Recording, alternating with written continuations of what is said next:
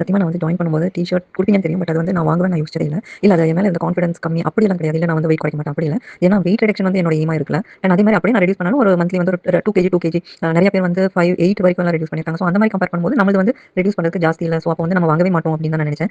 என்ன சொல்ல அந்த ஒரு கன்சிஸ்டன்சி அந்த டயட் அண்ட் உங்க எக்சர்சைஸ் அந்த பிளான்னால வந்து அதனால மட்டும் தான் வந்து திஸ் வாஸ் பாசிபிள். அண்ட் அது டோட்டலா 4 கேஜின்னு நான் வந்து ரியலைஸே பண்ணல. தமிழ் வந்து ஓவராலா போடும்போது ஓகே 4 வரைக்கும் ரெடியூஸ் பண்ண அப்பவும் நான் வந்து ஏன் நேம் அதுக்கப்புறம் தான் நான் தேடினேன். எங்க எவ்வளோ ரெடியூஸ் பண்ணிருக்கோம் அப்படின்ட்டு. பட் பார்த்ததும் நானா அதுவும் கிரீன்ல போட்டுருக்கும்போது ரியலி வாஸ் வெரி ஹாப்பி. என்னால வந்து இப்படி 4 வரைக்கும் ரெடியூஸ் ஆச்சு அப்படின்ட்டு. பட் உண்மையிலேயே வந்து இதுக்கு முக்கிய காரணம் ஒன் சைடு ஓகே நாங்க என்னதான் அந்த பிளானை வந்து ரெகுலரா ஃபாலோ பண்ணினாலும் பட் அதுக்கு உண்டான அந்த சார்ட் கரெக்டான அந்த எக்ஸசைஸ் சார்ட் வந்து பக்காவா வந்து நீங்க போட்டது அண்ட் அந்த டயட் சார்ட் மட்டுமே வந்து காரணம்.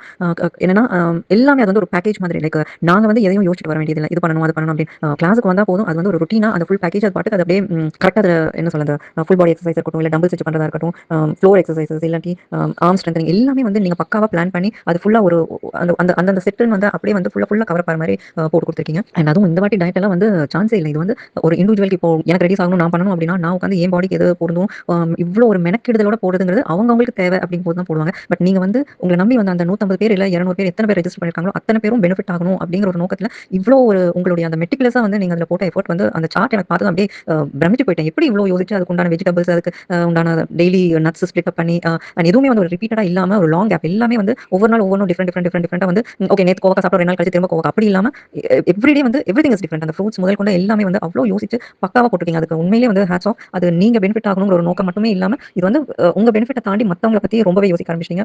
உங்களை நம்பி வந்த உங்க கிளாஸ் ஸ்டூடெண்ட்ஸ்க்காக நீங்க ரொம்பவே வந்து மெனக்கிடுறீங்க. That is really a pure heart you have got. And அந்த பெனிஃபிட்டை வந்து என்ன சொல்ல வஞ்சம் இல்லாம எல்லாருக்குமே ஷேர் பண்றீங்க.